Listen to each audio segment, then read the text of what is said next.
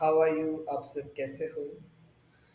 आज हम इस वीडियो में ये हमारा बिजनेस कॉम्बिनेशन का सेकंड लेक्चर है और आज मैं आपको ये वाला क्वेश्चन करवाने वाला हूँ। ये आपका जो आपका क्वेश्चन है ये आपका बेसिकली एमटीबी अक्टूबर 2020 का है जो आपके एग्जाम में क्या है 16 मार्क्स का आया था एमटीबी में। ठीक है, तो हम आज ये एक फुल फ्लेज क्वेश्चन करने वाले हैं और इस क्वेश्चन में आपकी जितने भी एग्जाम्पल्स डेट मीन्स जो भी कॉन्सेप्ट है वो सारे के सारे आपको मैं क्या है कि समझाऊंगा, उसके ऊपर आपको क्लैरिटी ऑफ थॉट्स दूंगा। Okay, so let's start. Summarize the balance sheet of PN Limited and SR Limited as on 31 March 2020 were given as follows। हमारे पास में इसका पीएन का और एसआर लिमिटेड का बैलेंस शीट दिया हुआ है जिसमें हमारे पास में लैंड एंड बिल्डिंग है, प्लांट एंड मशीनरी है, इन्वेस्टमेंट इन एसआर लिमिटेड। दोस्तों इससे आप क्या समझ रहे हो कि इसमें पेरेंट कंपनी कौन है?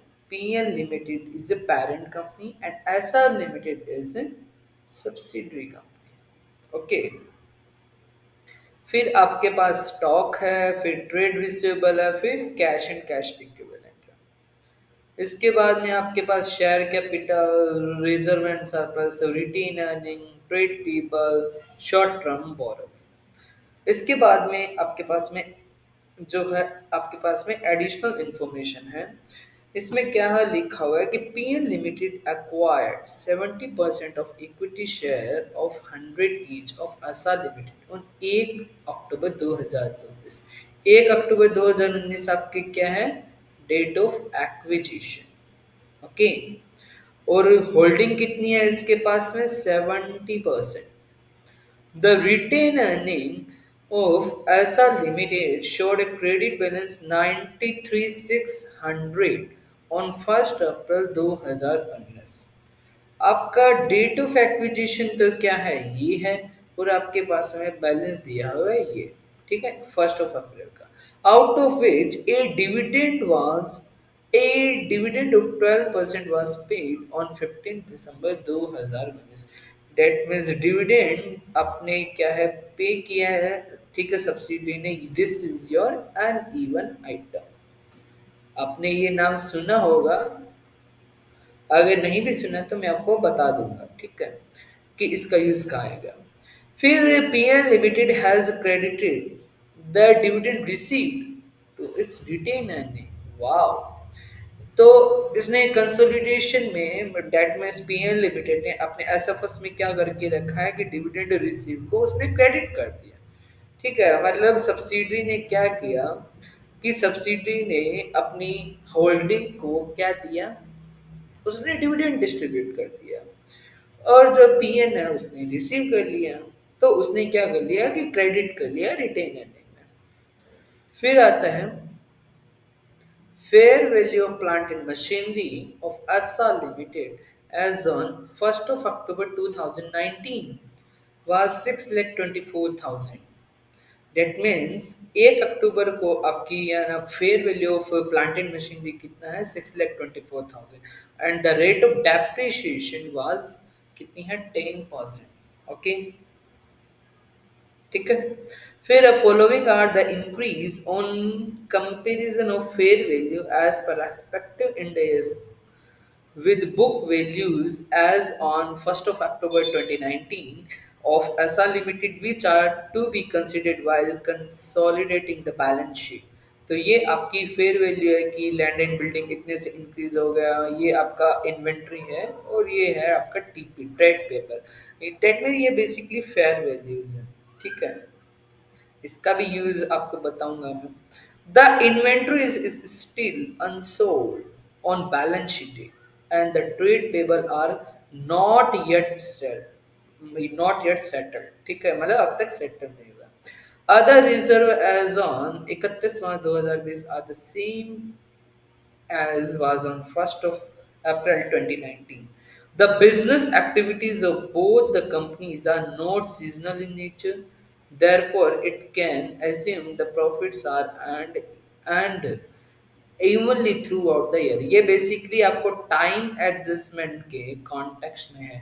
लेकिन आप ये मुझे बताओ, अगर ये लाइन नहीं भी लिखी होती तो आप क्या मानते कि जो आपके है ना प्रॉफिट्स हैं वो आपके इवनली डिस्ट्रीब्यूटेड है। ठीक है, आपने इवनली अर्न किया है। Prepare the consolidated balance sheet on 31 March 2020 of the group of entities PL limited and SR limited. MTP October 2020 में। ये आपका क्वेश्चन 16 मार्क्स का है friends. That means huge huge weightage. अब देखो, आपको बैलेंस शीट बनाने के लिए मैं आपसे कॉन्सेप्ट भी डिस्कस कर रहा हूं, तो आप इस क्वेश्चन में अपने को पूरा पूरा टाइम जाएगा। सो प्लीज लास्ट तक आप देखिएगा। आपको कॉन्सेप्ट इसमें जो भी है लाइक ए कंसिक्वेंशियल एडजस्टमेंट जो भी आएंगे डिविडेंड का, everything we will discuss. Okay, so अब देखो क्या करता हूँ। सबसे पहले मैं आपको ये बताना चाहूंगा कि हमको क्या बनाना है, कंसोलिडेटेड बैलेंस शीट बनाना। मैं आपको स्टेप्स बताता हूँ। हम सबसे पहले क्या बनाएंगे, स्टेप्स।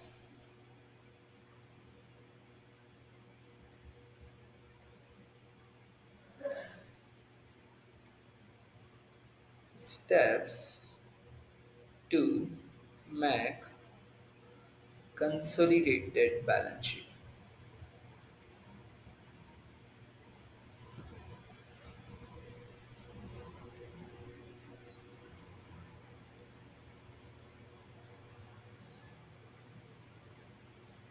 बैलेंस शीट आप साथ में इसकी आपको नोटिंग करने का जरूरत नहीं है। अगर आपको चाहिए रहेगा तो मैं आपको इसका पीडीएफ दे दूंगा। आप प्लीज अंडरस्टैंडिंग पे फोकस कीजिएगा। सबसे पहले हम आपको बनाते हैं सीना। That means statement of identifiable net asset. Statement of identifiable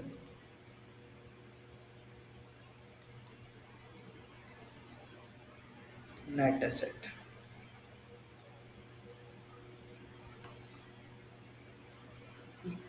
फिर आपका सेकंड स्टेप पे हम करते हैं calculation of goodwill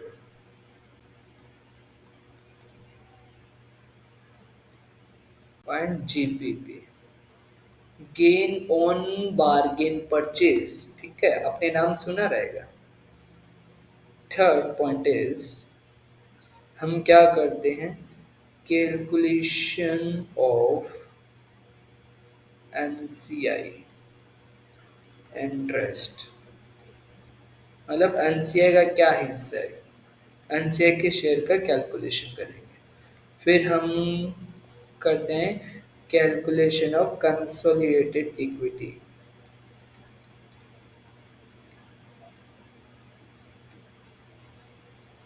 dated equity.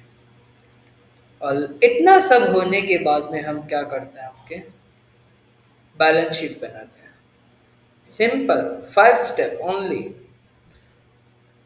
इसमें एक स्टेप और रहता है, अगर कोई भी आपको रिएक्टिफिकेशन करना होता है तो हम सबसे पहले क्या करते हैं, इससे पहले रिएक्टिफिकेशन करते हैं सीना बनाने से पहले। ठीक है, तो ये बेसिकली आपके 5 स्टेप्स होंगे फ्रेंड्स। ठीक है, अब हम सबसे पहले सीना की बात करते हैं और ये आपका आंसर का सबसे पहला पार्ट। अगर आपने सीना गलत बना दिया ना, आपका पूरा आंसर गलत हो जाएगा। ठीक है ना, तो सीना आपका सबसे इंपॉर्टेंट पार्ट होता है। अगर ये गलत तो आप इसका क्वेश्चन ही सॉल्व नहीं कर सकते। आपके आंसर गलत आने लग जाएंगे क्योंकि सब कुछ इसी के ऊपर डिपेंड करता है। ठीक है, तो सबसे पहले हम इसमें स्टार्ट करते हैं। First step, calculation of calculation of सीना। ठीक है, मैं शॉर्ट में लिखूंगा सो दैट टाइम कम लगे। मैं वर्किंग पे इतना फोकस नहीं करूंगा, मैं आपको अंडरस्टैंडिंग पे फोकस करवाना चाहता हूँ। Okay, this is my motive. अब देखो, सबसे पहले आप क्या करते हो, आपके पास में एक होता है डेट ऑफ एक्विजिशन।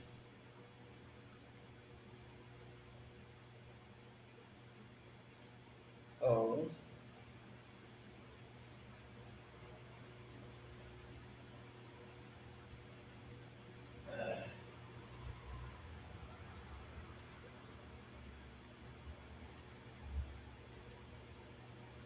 फर्स्ट होगा आपको डेट ऑफ एक्विजिशन।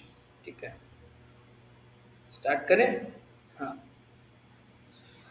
आपको एक चाहिए होता है डेट ऑफ एक्विजिशन, फिर आता है पोस्ट, और फिर आता है टोटल। समझे? ये आपके तीन कॉलम बनते हैं। अब सबसे पहले आप लिखते हैं शेयर कैपिटल। शेयर कैपिटल कितनी है बताओगे? शेयर कैपिटल आपके पास में, अब यहाँ पे आप पहले ये बताओ, सीना बनाते किसको? मैं 6,24,000 उठाऊं या फिर 15,60,000 उठाऊं? अब ये जो सीना बनाते हो बेसिकली सब्सिडरी के लिए बनाते हो। ठीक है, यहाँ पे मैं लिख देता हूँ for S limited. For S limited that mean subsidiary है मेरा यहाँ पे, मतलब। ठीक है, तो शेयर कैपिटल कितना है? 6,24,000। पोस्ट में कुछ भी नहीं आएगा क्योंकि ये आपका नो चेंज है, और टोटल में भी यही आएगा। फिर आता है अदर इक्विटी। यहाँ पे अदर इक्विटी में आपका क्या नाम है? Retain earning. आपके पास में रिजर्व भी है और रिटेन अर्निंग भी आपने लिखा हुआ है, अलग अलग लिखा है। तो रिजर्व की बात करते हैं। आपका रिजर्व है 3,12,000 रुपये। रिजर्व कितना है? 3,12,000 रुपये। यही आपका पोस्ट में आ जाएगा।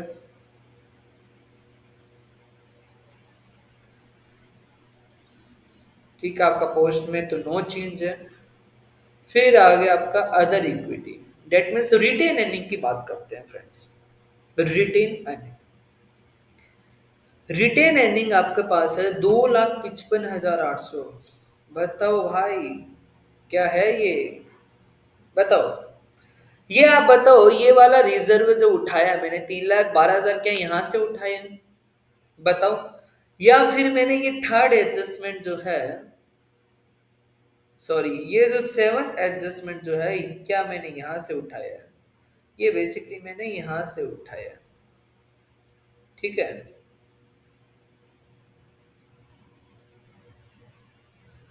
सेवन नंबर एडजस्टमेंट से कि other reserve as on 31 March are the same as on date of acquisition. ठीक है, इसलिए मैंने 3,12,000 जैसा का है वैसा लिखा है। फिर आता है रिटेन अर्निंग। रिटेन अर्निंग में आपके पास में ओपनिंग बैलेंस लिखा है कितना? बताओ। 93,600। ये बेसिकली फर्स्ट ऑफ अप्रैल को है। क्या date of acquisition first of April है? Answer is no. है क्या? बताओ। नहीं है ना? आपका डेट ऑफ एक्विजिशन है 1 अक्टूबर 2019। 1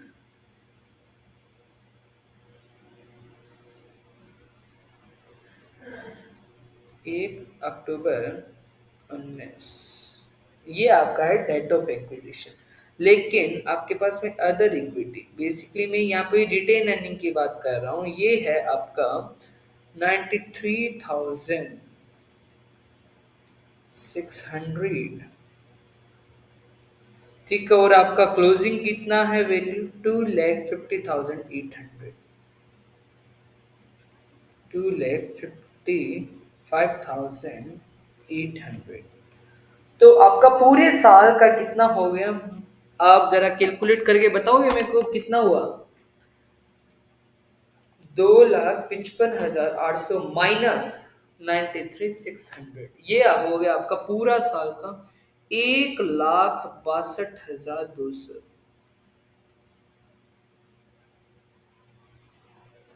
1,62,200, ये आपका अदर इक्विटी। लेकिन आपको क्या करना है, यहाँ पे ऐसा चलेगा? Answer is no. अब ये देखो, इसने डिविडेंड डिक्लेयर किया है कितना, 12%। ठीक है, was paid on 15 दिसंबर 2019, 2019, 15 दिसंबर 2019 को 12% उसने क्या किया कि डिविडेंड पे किया है।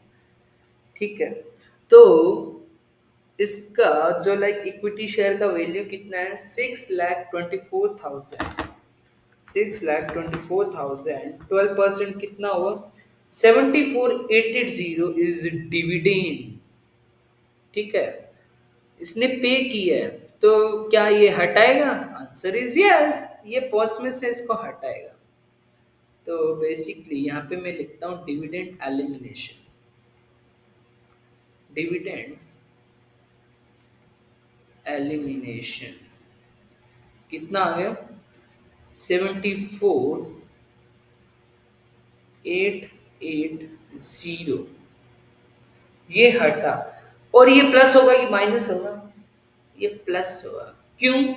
क्योंकि अगर सब्सिडरी ने आपको डिविडेंड पे किया है तो आपको उसने अदर इक्विटी लाइक जो प्रॉफिट था, रिजर्व का बैलेंस था, रिटेन अर्निंग में से घटाया होगा, तो उसको वापस ऐड कर दो। अब आप पूछोगे कि अपन इसको ऐड क्यों कर रहे हैं, मतलब क्यों एलिमिनेट कर रहे हैं? बेसिकली आप ये मेरे को बताओ, जब आप कंसोलिडेशन बना रहे हो, एक सब्सिडरी ने अपनी होल्डिंग को डिविडेंड दिया, तो क्या वाकई में कैश फ्लो हुआ रहेगा 70%, मतलब जो भी है? ठीक है, क्या कैश फ्लो हुआ? आंसर इज नो, क्योंकि वो तो इंटरग्रुप ट्रांजेक्शन है ना, वो तो धोखा है, आपने कुछ दिया ही नहीं। वो तो पैसा उनका ही है क्योंकि कंट्रोल भी उनका है। ठीक है, तो बेसिकली आपने इसलिए डिविडेंड एलिमिनेट किया सीना में से। अब क्या करोगे?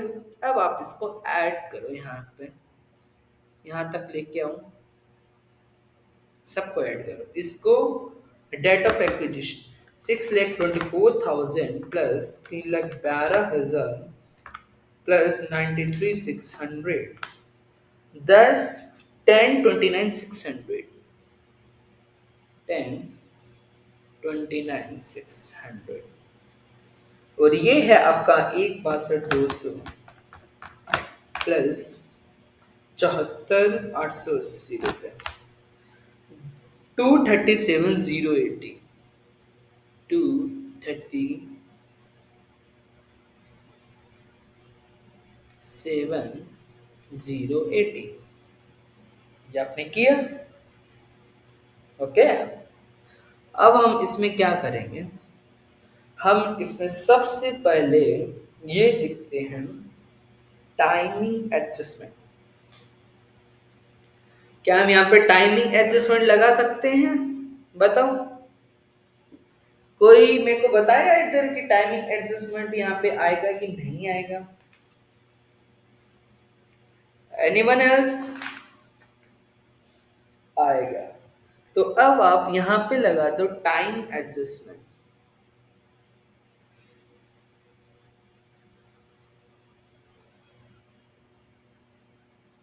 टाइम एडजस्टमेंट, ये आ गया 10,29,600, ये 237,080 है। अब आपका ना 6 मंथ का इसको करो ये डिवाइड।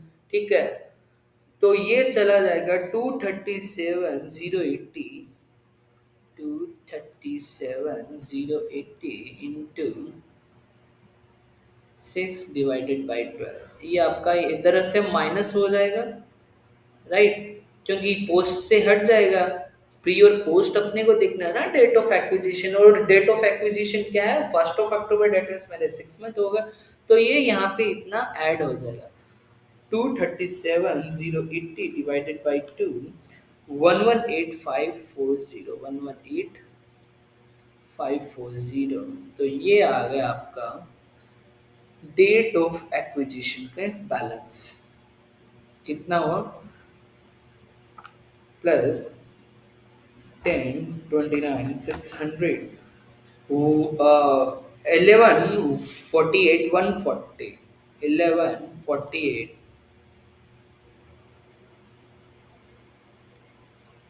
140। और यहाँ पे कितना रहा? 118,540। बताओ कैसा लगा? यहाँ तक आया कि नहीं आया समझ? अब हम चलते हैं आगे। अब आपका यहाँ पे पॉइंट है फेयर वैल्यू का रिगार्डिंग, है ना? अब देखो क्या होता है जब भी आप रीवैल्यू करते हो ना, तो आपको बेसिकली ये क्या on the date of acquisition है। और आप ये चीज जानते हो, जो असेट होती है या लाइबिलिटी होती है always appear at fair value, आप उसको फेयर वैल्यू पे रिकॉर्ड करते हो। ठीक है। तो आपका लैंड एंड बिल्डिंग कितना था? बेसिकली सब्सिडरी का है ये बैलेंस, याद रखना। आपका लैंड एंड बिल्डिंग था 5,616,600, और आपका आपका वैल्यू हो गया 312,000। दैट मीन्स कितना डिफरेंस हुआ बताओगे? मेरे को ही करना पड़ेगा, आप लोग तो बताने से हो नहीं। कि 5,616,100 माइनस कितना हुआ इधर? आपका फेयर वैल्यू कितना है? 3,12,000। 249,600 का क्या हुआ है फ्रेंड्स? आपको लॉस हुआ है? बताओ, आपको लॉस हुआ है क्या? नहीं हुआ। मैं आपका यही देखना चाह रहा था कि आप क्या लाइन को सही पढ़ते हो या नहीं पढ़ते हो। अब ये देखो, ये following are the increases on comparison of fair value है। That means this is always increase. ठीक है, आप ध्यान से पढ़ो, ये ऐसा नहीं है कि उसका वैल्यू दिया है, ये आपको ऑलरेडी इंक्रीमेंटल दिया है। ठीक है। तो बेसिकली लैंड एंड बिल्डिंग यहाँ पे क्या आएगा? 3,12,000 एलबी। एलबी को आप रिवैल्यू कर दो तो 3,12,000 से आप इसको ऐड कर दोगे प्लस। फिर क्या हो जाएगा? आपका इन्वेंट्री भी प्लस हो जाएगा। इन्वेंट्री कितने से? 46,800 से। फिर हो जाएगा ट्रेड पेबल में भी इंक्रीज है, तो ये आपका लेस हो जाएगा। टीपी कितना? भाई टीपी कितना है आपका? 31,200। अब एक बात बताओगे मुझे, जिसने आपके इंडेस आपने अगर पढ़ा होगा 12 नंबर, जो बेसिकली डेफर्ड टैक्स की बात करता है, तो ये आपको बेसिकली क्या बताता है कि अगर आपने असेट को रिवैल्यू किया है तो आप उसकी इनकम दिखा रहे हो, राइट? आप अपनी फ्यूचर इनकम, डेट मीन्स अगर आप इसको आज रियलाइज करते हो तो आपको इतना मिलेगा, राइट? तो आप अपना इनकम रिकॉर्ड कर रहे हो, तो इनकम अगर रिकॉर्ड कर रहे हो तो भाई मोदी जी भी तो बैठे हैं, तो टैक्स दिखाओगे कि नहीं दिखाओगे?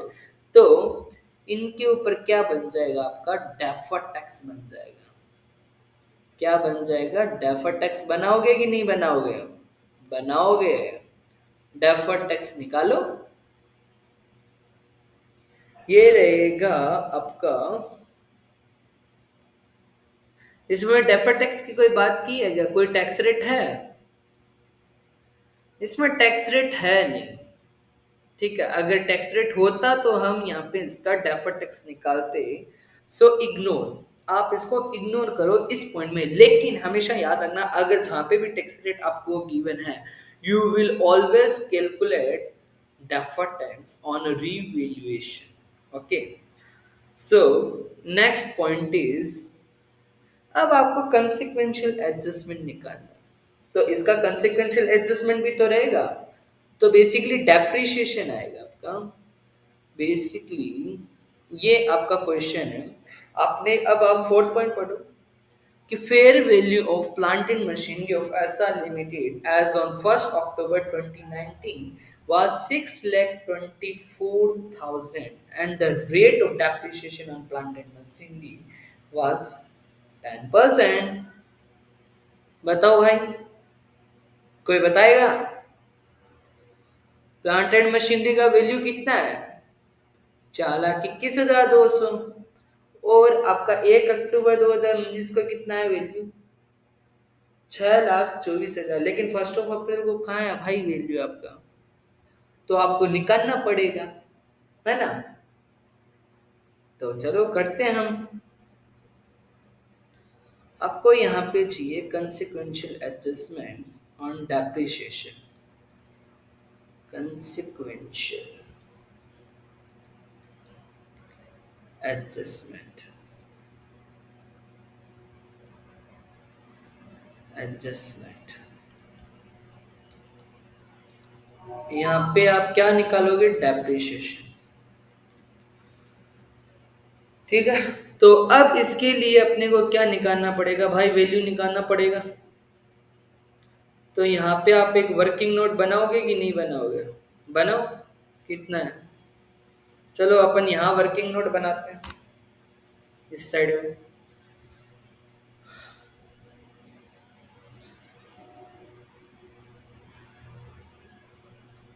1 अक्टूबर 19 को आपका प्लांट का वैल्यू कितना है? प्लांट का value 6,24,000।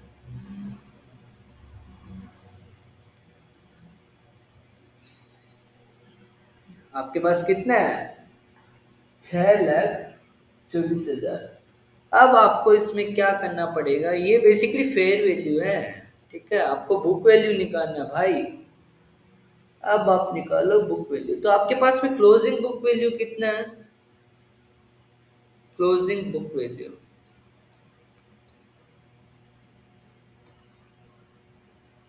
Closing book value is 4,21,000। कितना? 200। अब आप बताओ इसमें आपने क्या किया होगा?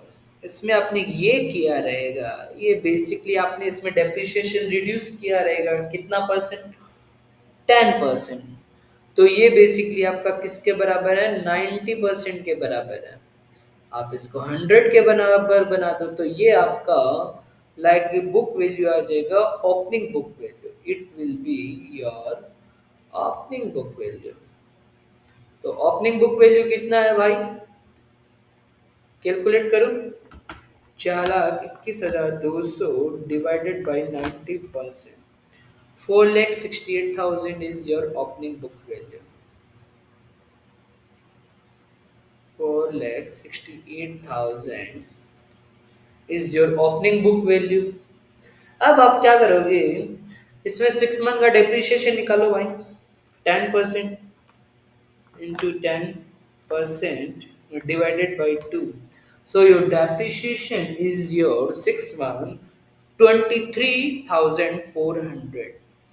डेप्रिसिएशन क्या आ गया आपका?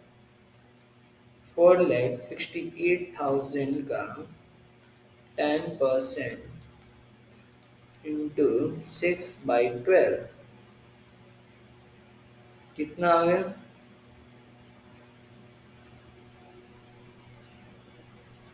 23,400 माइनस 4,68,000। डेट मीन्स आपका उस दिन बुक वैल्यू कितना था? फेयर वैल्यू के दिन, फेयर वैल्यू के दिन आपका बुक वैल्यू था 4,44,600। ठीक है। तो आपका चेंज कितना हुआ? 1,79,400। चेंज को मैं आपको डेल्टा से डिनोट कर रहा हूँ, और आपका चेंज हो गया 1,79,400। ठीक है। अब आप क्या करोगे? चेंज के ऊपर डेप्रिसिएशन निकालो।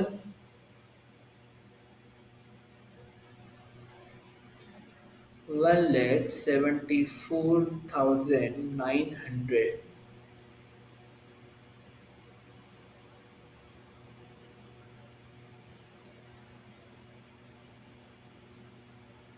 आपका फेयर वैल्यू कितना है? 6,24,000। तो बेसिकली 1,79,400 इंटू 10% कितना आ गया?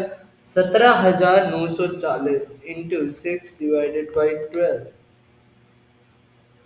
तो बेसिकली आपको क्या करना है फ्रेंड्स, आपको इसमें ये करना है, ये है आपका चेंज, ठीक है। अब आपने डेप्रिसिएशन, आप फेयर वैल्यू पे निकालो, आपका कितना रहेगा depreciation. Depreciation on fair value कितना है, 6,24,000 पर 10% निकालो, 1/2 के हिसाब से एक का बनता है 31,200 रुपये, ठीक है। और आपने ऑलरेडी चार्ज कितना किया है 6 मंथ का, बताओ ऑलरेडी चार्ज कितना है।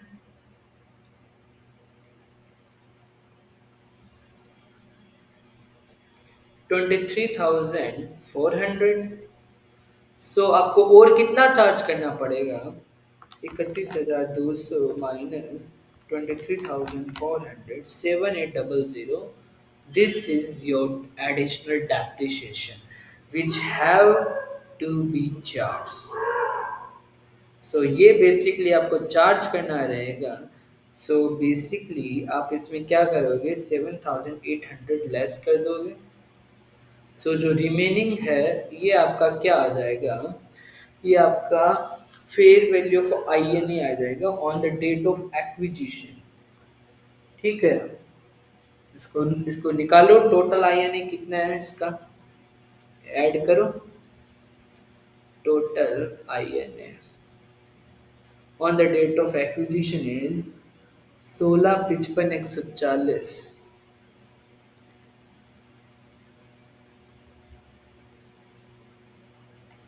16,55,140 एंड दिस इज योर 110,740।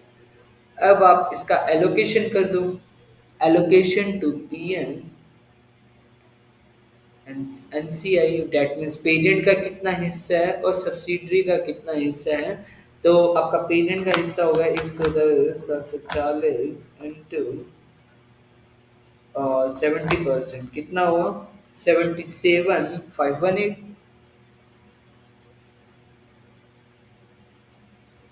518 और वो हो गया आपका, इसको इससे लेस कर दो, 110,740 इंटू 30%, कितना हो गया 33,222। ये आपका टोटल सीना बन गया। फ्रेंड्स बताओ आपको कैसा लगा, इसमें आपका डिविडेंड का मैंने आपको बताया, आपको मैंने कंसिक्वेंशियल एडजस्टमेंट भी आपको बताया, डेप्रिसिएशन का, और आपको इसमें मैंने डेफर्ड टैक्स भी बता दिया, जबकि ऑल द इसमें पॉइंट था नहीं, ठीक है। तो ये आपका बन गया सीना, और अगर आपका सीना बन जाता है ना तो आपका ये मैं मानता हूँ कि आपका 60% हो गया दोस्तों, ये वाला क्वेश्चन। इसके बाद में तो कुछ है ही नहीं, जितनी भी एडजस्टमेंट आती है बेसिकली सीना से रिलेटेड ही होती है। अब आप करोगे कैलकुलेशन ऑफ गुडविल, ये बताओ आपको कहाँ करवाऊँ मैं, इधर करवा दूँ, इधर इसी पीस, ठीक है इधर ही करो। कैलकुलेशन ऑफ गुडविल थोड़ा जूम कर लेते हैं सो डेट आपको हमारे लिए जगह बन जाएगा।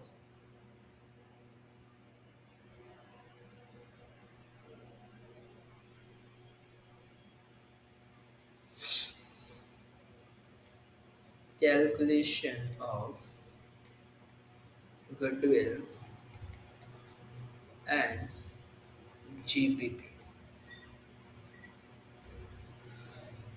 निकालो भाई निकालो। तो सबसे पहले हम क्या करते हैं, कॉस्ट ऑफ इन्वेस्टमेंट लेते हैं।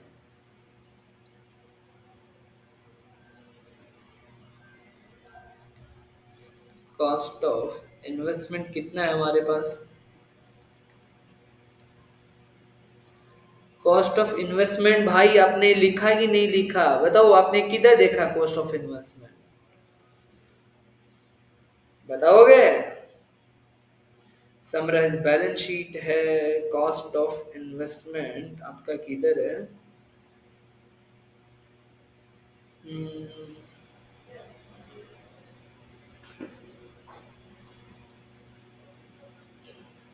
ये रहा, आपको दिया हुआ है 12,48,000 रुपये बैलेंस शीट पे। हाँ ये रहा, ये रहा आपका इन्वेस्टमेंट कॉस्ट, कितना है 12,48,000 रुपये। एडजस्टमेंट में तो है नहीं, तो यहाँ पे लिखा हुआ है 12,48,000। फिर आप यहाँ पे ऐड करते हो प्लस INA, सॉरी क्या करते हो, NCI। एनसीआई आपका देखो, इसमें मैं आपको कॉन्सेप्ट बता देता हूँ। एनसीआई हम हमारा फर्स्ट जो लाइक प्रेफरेंस रहता है वो रहता है कि एनसीआई फेयर वैल्यू निकालें हम। ठीक है, अगर फेयर वैल्यू यूज होती है तो अपन वही यूज करते हैं, और इसको क्या बोलते हैं, फुल गुडविल मेथड। लेकिन अगर आपके पास में एनसीआई का फेयर वैल्यू गिवन नहीं है, गिवन आपको नहीं है, तो NCI will be calculated 8% proportionate share net asset. ठीक है, तो इसका नेट एसेट में प्रोपोर्शनल शेयर किया है, तो एनसीआई @% आपके क्वेश्चन में फेयर वैल्यू है नहीं। सो बेसिकली हम इसको कर रहे हैं पार्शियल गुडविल मेथड पे। ठीक है, तो आपका पसना कितना है, अभी हमने कैलकुलेट किया था भाई, किधर है, 165, 51, 40, 1655, 140 रुपये हैं। तो इसका आप निकालो, एनसीए का से 1655, 1655, 140 का 30% निकालो, 496,542, कितना है, 496,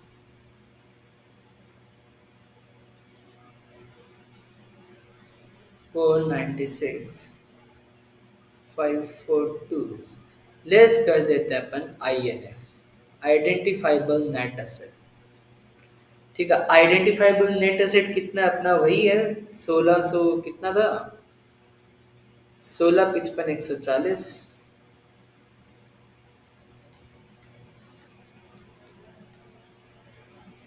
सो अब आप इसमें कैलकुलेशन कर लो आपका, कि 124, 12,50,000 प्लस 496,542 माइनस 1655, 140, 89,402,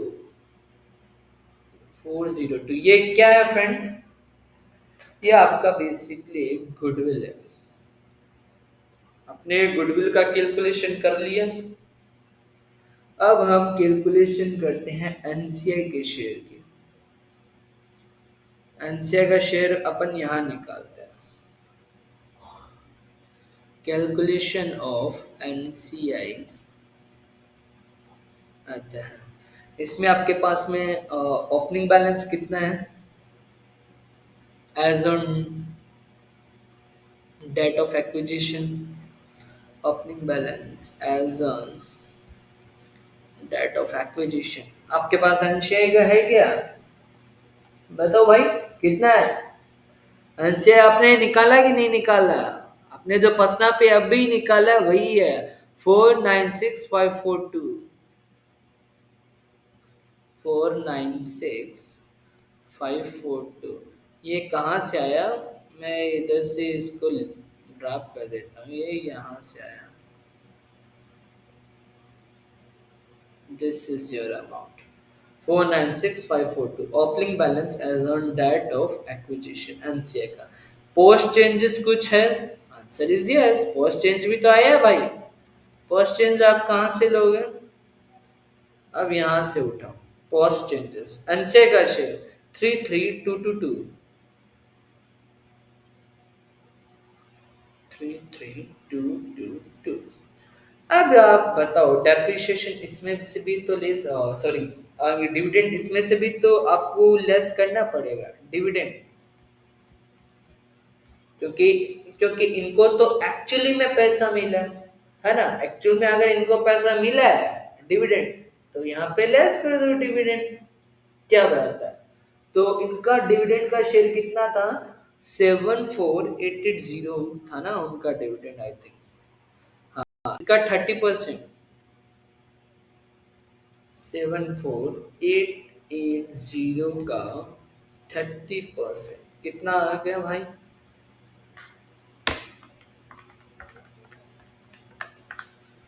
22464, 22464। सो ये आ गया आपका एनसीआई का value, 496542 plus 33222 minus 22464, 507300। This is your answer of NCI. Last part कर रहा हूं, आपको कंसोलिडेशन बैलेंस शीट आपको घर पे बनाने दूंगा। अगर नहीं बनती है तो आप फिर कमेंट बॉक्स में या ना मुझे कमेंट करना, मैं आपको अगली नेक्स्ट क्लास में क्या करूंगा आपको बना के दिखा दूंगा, अगर कोई प्रॉब्लम रहा तो। क्योंकि उसके बाद में तो कुछ बचता है नहीं। तो बेसिकली हम लास्ट पॉइंट कर रहे हैं अभी इस क्लास का, कंसोलिडेटेड इक्विटी निकालने का।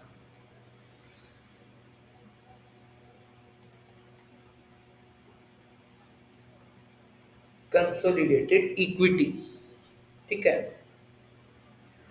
इसका क्या बैलेंस है, इसका कंसोलिडेशन इक्विटी का अदर रिजर्व, सेम था ना अदर रिजर्व।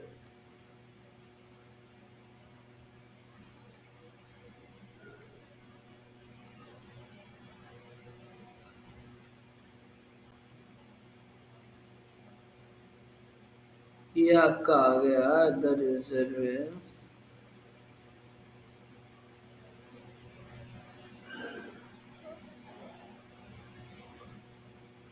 9,36,000।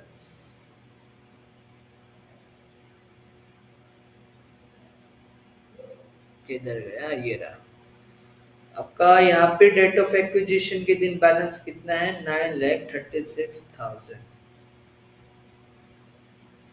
ठीक है। इसके बाद में आपके पास रिटेन अर्निंग का कितना बैलेंस है,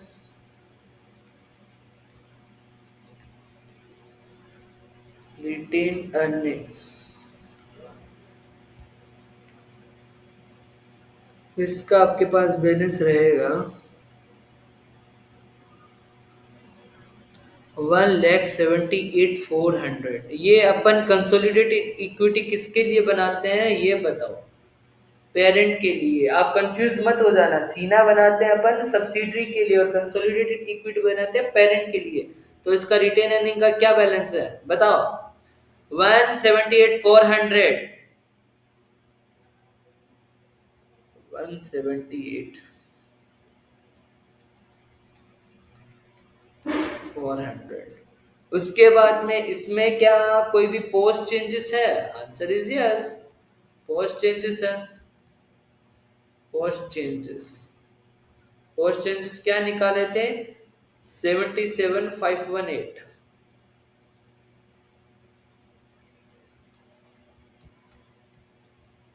उसके बाद में डिविडेंड एलिमिनेशन यहां से करोगे, क्योंकि इनको तो मिला ही नहीं है ना, इसलिए अपन इनका डिविडेंड एलिमिनेट कर रहे हो। ये लॉजिक है देखो। सीना से आप इसलिए करते हो क्योंकि एक्चुअल में कोई ट्रांजेक्शन हुआ ही नहीं, कैश फ्लो हुआ ही नहीं। एनसीआई के शेयर में से इसलिए लेस करते हो क्योंकि उनको उनका पैसा मिल चुका है। कंसोलिडेशन में आप इसलिए करते हो क्योंकि आपको वाकई में डिविडेंड मिला है, आंसर इज नो। आपने आपने एसएफएस में आपने ऊपर पढ़ा होगा कि एसएफएस में उसने क्रेडिट किया है। तो जब उसने क्रेडिट किया है, जब वो आपका है ही नहीं, फेक ट्रांजेक्शन, तो आप उसको क्या करोगे, लेस करोगे ना। इसको हटाओ, इसको एलिमिनेट करो। तो ये आपका वैल्यू आ गया 52,416 था उसका, ठीक है। 70%, 52,416, ये आपका किसका है, 74,880 का 70% है, ठीक है। अगर आप इसको एड लेस करके देखो, 1,78,400 प्लस 77,518 माइनस 52,416, ये आ गया आपका 203,502। एंड टोटल आपका कंसोलिडेटेड इक्विटी कितना हो गया, 9,36,000, 11,039,502। मैंने आपको सारे वर्किंग नोट बनवा दिए हैं। एक बैलेंस शीट का पार्ट रहता है फ्रेंड्स, ये मैं आपको अगली क्लास में करवाऊंगा। अगर आपको कोई भी प्रॉब्लम आता है तो प्लीज आप अपना फीडबैक दीजिएगा। अगर आपको कोई भी प्रॉब्लम हो तो आप है ना शेयर कर सकते हो, नीचे कमेंट कर सकते हो। ठीक है, और क्या आपको चाहिए आप हमको वो चीज बता सकते हैं। और अगर जैसा चल रहा है, अगर आप खुश हो तो अपन ऐसे क्वेश्चन आपके साथ में डिस्कस करते जाएंगे। इंपॉर्टेंट इंपॉर्टेंट क्वेश्चंस आपके एमटीपी के, आरटीपी के एग्जाम क्वेश्चन करेंगे। ठीक है, और उसमें जो जो कॉन्सेप्ट आते जाएंगे हम उस हिसाब से कॉन्सेप्ट भी आपके साथ में डिस्कस करते जाएंगे। ठीक है, so thank you guys, take care, bye bye. आप अपनी रिव्यूज, अपना फीडबैक जरूर दीजिएगा। ठीक है, जय Shri Krishna, bye bye, take care.